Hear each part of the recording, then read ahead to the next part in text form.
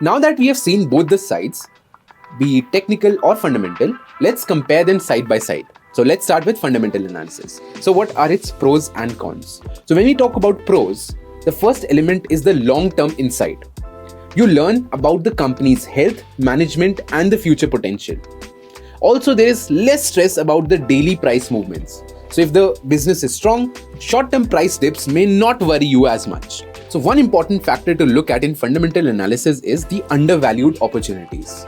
So when you're doing fundamental analysis, you might spot a hidden gem that the market hasn't recognized yet, which can be a multi-bagger going forward. So that is an important part. Now let's talk about the cons of fundamental analysis. Now the timing can be tricky.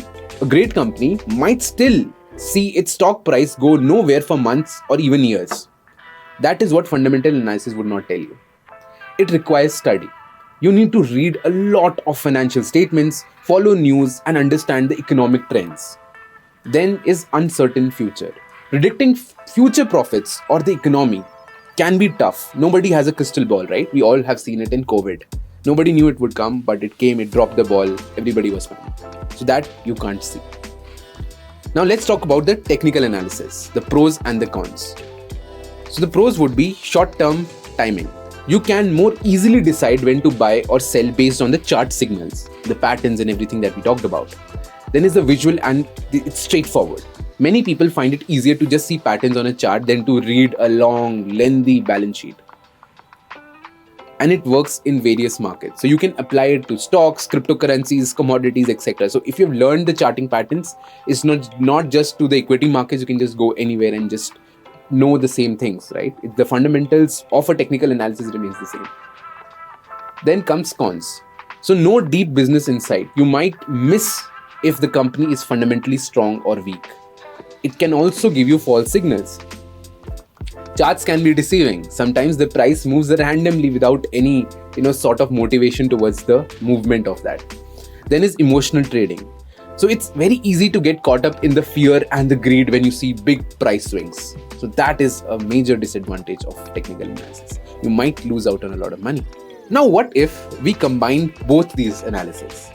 So one popular approach is to combine the fundamental and technical analysis. Why?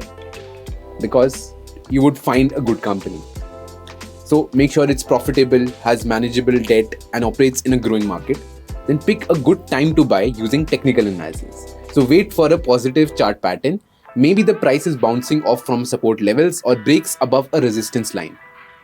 Then monitor the ongoing news, which is both the cases in fundamental and technical. So stay updated on the earnings reports, right? You have quarterly reports, you have annual reports. So stay updated on the earnings reports and watch the price movements for the changes in the investor sentiment, right?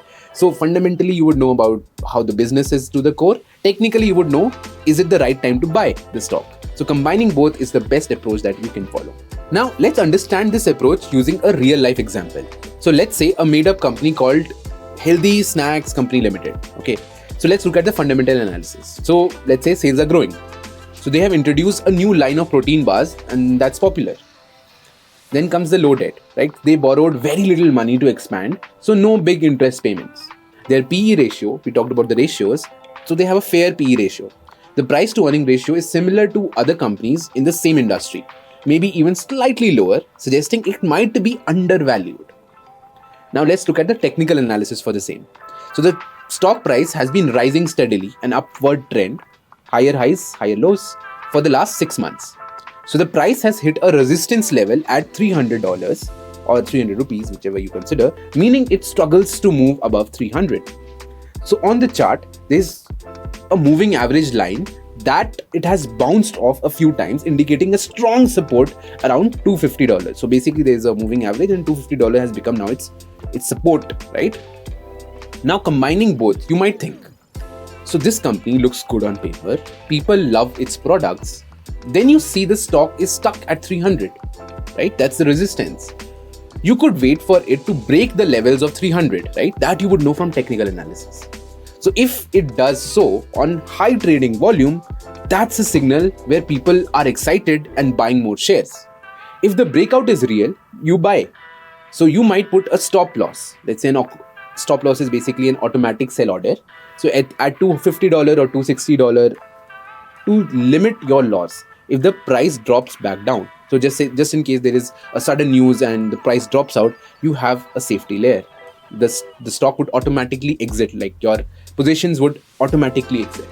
So you have a zone in which you play. So that's how you relate both the fundamental and the technical analysis together. So to wrap it all up, fundamental analysis is about understanding a company's true value, like checking its engine, financial history, and the management team.